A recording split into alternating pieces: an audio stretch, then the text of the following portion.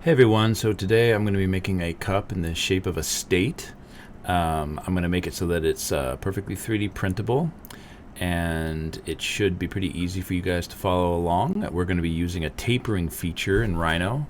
We're just going to start with, we're going to import a image of a US state, and then we're going to trace a line around the outside of it, and then we're going to turn that into an extrusion, and then we're going to taper that extrusion to make a tapered cup in the shape of whichever state you choose. So I'm going to get started. For the first step, I'm going to enter my top view here by clicking on this word top right at the top left corner here. And that'll maximize my top view. So whatever I draw, I am now looking at my object from the top down. That's what this window represents. And the first thing I'm going to do is I'm going to trace a pre-drawn image of an outline of Washington State. I am from Washington State, so it makes sense that I would draw my own state. If I'm going to make a cup of a state, it should be my own state. What I've already done is gone to Google, and I have already picked out a outline of Washington State. I went to Google Images and picked out an outline of Washington State, and I have it ready to go. What I'm going to do is come up here to View, and I'm going to click Background Bitmap and click Place. And then here is that image that I found. As you can see, it's just a simple outline of the state. I'm going to click it and press open. And now what it wants me to do is to define where on the graph it wants me to place this state, into what size. So I'm going to make sure that my grid snap is on. What it wants me to do first is place up here, it says first corner. And what I'm going to do is make that the origin point of my graph here. And now, as you can see, it's telling me to draw a square. Now you have to be careful here, because this rectangle, not a square, it's a rectangle, will define the size of the cup you eventually make. How wide do I want this cup to be? It can't be 12 inches, right? We're not making a 12-inch cup. It'd be more like a basket, a state-shaped basket. What we want to do is think, how big do I want this? I would say, the average coffee cup is about 3 inches across. For width, I'm going to say make it about 4 inches. And then it'll be about 2.5 inches wide in one direction, and then about 3.5 in the other direction, because the outline of the bitmap of the state in the bitmap is a little bit smaller than the bitmap itself. You'll see what I mean in a second. So I'm going to put it about 4.5 inches wide right here. And now you can kind of see what I was talking about, how the outline is a little bit smaller than the bitmap itself. But what it has done is placed a bitmap, an image, on the background of our graph here that we can now draw and trace using our control point curve right here. We want to come and we want to turn off our grid snap and make sure your ortho is off too. We want to be able to place dots anywhere on the graph. We don't want it to snap to the grid. So I'm going to start up here at the Canadian border, and I'm going to trace the outline of this state all the way around. So start here, click, click, click. And remember, this is a control point curve, so we're placing dots to guide where the curve ends up, using this to create an organic shape. So make sure you include Puget Sound here, and then encapsulate the Olympic Mountains right here.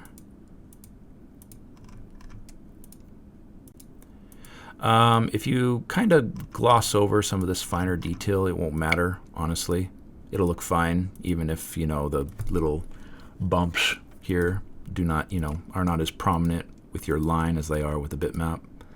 I'm not going to bother making it exact. I'm just going to somewhat represent the shape of the state. I mean, this image of the state is already pretty bland in comparison to what the real state looks like, so it shouldn't make that much of a difference if it's not an exact match. And then boop, done. So now what we've done is we've drawn a curve that we can manipulate that is the exact same, or is roughly the same shape as Washington State. So we no longer need this bitmap. So what I'm going to do is come up to View and go back to Background Bitmap, and instead of Place, I'm going to click Remove. All right, and now that leaves us with the curve we need to form the shape of our cup. This line here is going to represent the outside wall of our cup. We now need to draw the inside wall, but before we do that, I want to make a small edit up here. I want the Puget Sound area not to be included as part of the outside wall of this cup.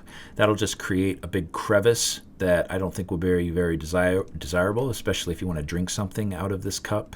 It'll just get gunk in there and it'll be very inconvenient to clean. So what I want to do is close the Puget Sound area off, and then when I create the inside wall of this cup, I will include it, the Puget Sound, as part of the inside wall.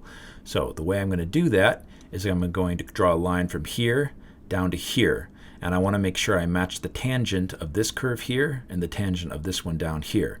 So come up here, and I'll show you what that means in a second. To come up here to control point curve, click, and then make sure that your osnap is enabled. Your ortho needs to be enabled at first too, and then as part of osnap, make sure that your tangent and your quadrant are enabled. The first part we're going to do is right here at this point, and we are going to connect directly to the quadrant right here. You'll remember that the quadrant is the part of this curve that is perfectly vertical. It is not vertical anywhere along here, but right at this point is where the line is up and down. And we use the osnap quadrant tool to determine where that point is. So we're going to start our line here. We click, and then we bring the line down. Make sure it's all the way down, straight down using the ortho tool. The line will come straight down, and then I think I'm going to draw my next line here where it intersects this line here. And then my third line, it's going to come over, and I want it to meet the tangent of this line. So again, making sure that your tangent checkbox down here is enabled. We no longer need ortho. Bring the cursor along the line until you see the word tangent right there. We're going to click. And now, once we've clicked our third dot, we're going to press enter. And we've now created a line that cuts off the Puget Sound and will represent the outside wall of our cup. So, in order to, what I want to do is include this line here as part of the rest of the outside and cut off the Puget Sound.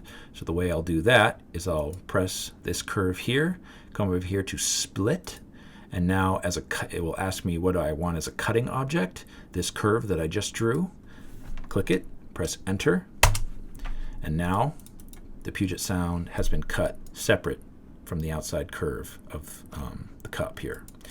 Now, let us join these two curves and make one solid curve out of it. We do that by selecting both and coming over here to join, click it, and now when you select this curve, it selects it as if it were all one curve. Now that we have our outside curve, we're going to want to draw the inside curve, and to do that is very simple. We're just going to use something called an offset tool. We're going to come up here to curve, and then we're going to click offset, offset curve. Now, this is where we decide how thick we want the wall of our cup to be, at least at the top. It's going to get thinner as it goes down to the bottom, so we want to make it quite beefy at the top. I'm going to make mine, I think, 0.15 inches thick at the top. It'll narrow as it goes down to the bottom since we plan on tapering this cup. I'll explain what that means in a second. Click here. Make sure that your cursor is somewhere in the inside of the curve here so that you create a line on the inside of the curve and not on the outside. Click, and that creates a curve that is perfectly offset by 0.15 inches from this outside curve here. Now, let's clean this area up a little bit. We're going to use the trim tool. Come over here to trim.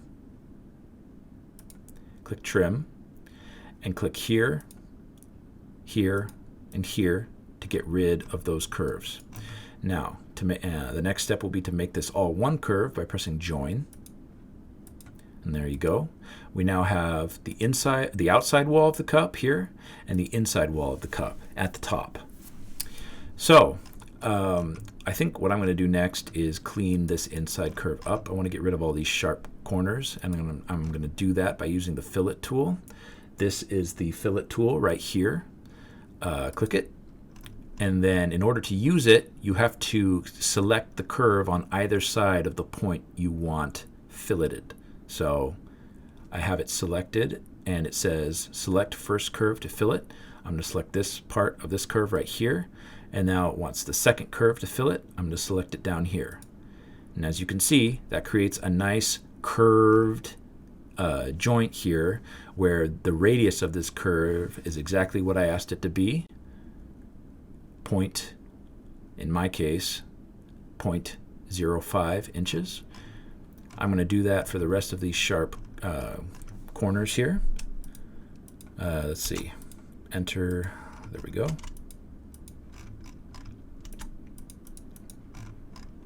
Yeah, this one especially. You don't have to do this if you don't want to. I'm going to because I think it looks better if you do that. Some of these curves, could probably get away with not doing it, but the ones that are sharp especially, I just don't think look very good, or at least it looks better with them filleted, so I'm gonna... All right, there we go. And now we've completed the curve for the state of Washington that will represent the wall of our cup. The last thing I'm going to do, real quick, before we start drawing 3D shapes, is create a point that represents the center of this entire cup here. We just kind of have to eyeball it. I'm going to say right about there. All right, I'm going to exit top view now. And you can see what I've done here in the perspective view is I've created, in 3D space, I've created a curve. And now the next step will be to draw the surfaces and then start tapering the surfaces and eventually make the 3D object that will be our 3D printable cup. In order to start turning these curves into a 3D object, the first thing I got to do, since we're planning on tapering this cup, I want to draw the axis of the taper. I'll explain what that means in a second. Now we have to make the decision of how tall we want to make this cup. I think I'm going to go for 3 inches. Maybe 3.5 inches would probably be better. I think I'll go with 3.5. I want to draw a line that extends from the bottom of the cup to the top. So what that means is I'm going to use either my right or my front view here and draw a line that comes up from the ground plane here about 3.5 inches. So I'm going to select my point and make sure your point checkbox is enabled down here in your osnap tool, and select the dot. First, select polyline, of course, and then select the point here. And then in your right or front view, I'm going to use the right view, make sure your grid snap is enabled and ortho for good measure. Come up about 3, let's see, I think 3 inches would be better actually. Yeah. No, 3.5, whatever. I'm going to do 3.5. There we go. We've got a line that will represent the axis of the taper in the right dead center of the curve here. And we don't need this point anymore, so I'm going to get rid of that. The next step is going to be to extrude these into surfaces. In order to do that, select both of them and come up here to Surface, Extrude Curve, Straight. And then now you'll see it wants to create surfaces in the shape of those lines at whatever length we choose. We want 3.5 inches. So in either the right or front view, make sure, and if you use the grid snap tool, it's really easy, make sure it's the exact same length as this line that you just drew. So now we're beginning to see our cup. It's not done. These are just surfaces. They're not an enclosed 3D object, and they're not tapered like we want, but this is at least a start. Now that we have our curves, we're going to taper. And essentially what that will do is, since all cups are tapered, we're going to make the smaller part of the cup narrower than the top. Right now it looks really boxy and ugly, and if we were to put a base on this, it wouldn't look very nice. I want it to look nice, so let's select our curves here, and in order to taper them, we're going to need to use this line that we drew. Select them, and then come up here to Transform and click taper. All right, now the first thing it asks for is the start of taper axis, and this is why we drew this line. This is easy to do. All you have to do is make sure your end checkbox is enabled and click the top of the line here, and then now it wants to know the end of taper axis. That is simple. Just come down here and select the bottom of the line. The next step is to come out here, and the longer you draw this line here, the more the more resolution you'll have in the taper. What I'm going to do is prepare my perspective view so I can see what I'm doing really easily. And then over here in my top view, I'm going to control this line. And essentially what you do is you select a line, you select a point right way out here, and then you start bringing it in, and there's your taper. The further in you bring it, the narrower it will go. The further out you bring it, the wider it'll go. We don't want to do that. We want to make our cup taper to about, we don't want it too narrow or else this cup will have trouble standing upright. I'd say about there. And click, left mouse button. There we go. We have now tapered our cup. The last part of this project is to close these end caps. This isn't a solid. These are just two curves that represent the inside and outside walls of the cup, but we don't have a bottom or a top surface here. The top surface is going to be really easy. If you come to the top view, all you have to do is come over here to this button here, which is create a surface from a series of points, 4 points by default. You just click the origin, click up here, just make sure you encircle the entire shape, and when you click your 4th point, it creates a surface. You can see from the perspective it created this surface right here. Now we're going to bring that up 3.5 inches to the top. And what we're going to do is we're going to use these complex surfaces to trim this surface into the shape we want. So let's select it, come over here, press split, and then select both the outside and inside curve and press enter. And now what that has done has split this into 3 surfaces rather than 1. We do not want this inside surface, and we do not want the outside surface. But as you can see, it closed off this end gap. Let's, you know what, I'm not going to join these just yet. Let's do the bottom first. We're going to do the same thing at the bottom. We're going to create a surface that comes around the outside of the base here. It can be a little bit smaller than the other one, but you need to make sure that but you need to make sure that it is at least larger than the base of the cup. Otherwise, the split won't work correctly. So, since we're making the floor of the cup, the floor is going to be the same thickness as the rest, maybe a little thinner. We're going to make it. Let's make it about 0.1 inches thick. And the way we do that, come over here to transform, copy, and then from your front or right view, just create a copy and then type in 0.1 inches. All right, now that we have the 2 curves that are going to make up the base of our cup, we need to trim them to the right shape. And to do that, first thing I'm going to do is I'm going to trim this bottom. Well, I'm not going to trim the bottom one yet. I'm going to trim this top one here. Let's select split. And then we're going to want to come around and select the inside surface. Do not select the outside surface or you'll trim it in more ways than you want. And press enter. And what we've created is the floor of the cup in exactly the right shape. We do not need this excess anymore, so let's get rid of that. And now,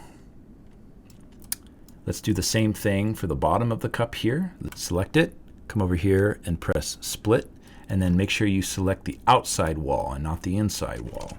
Press enter and get rid of the excess. We've now created, or almost finished creating, a cup, but we have a slight problem.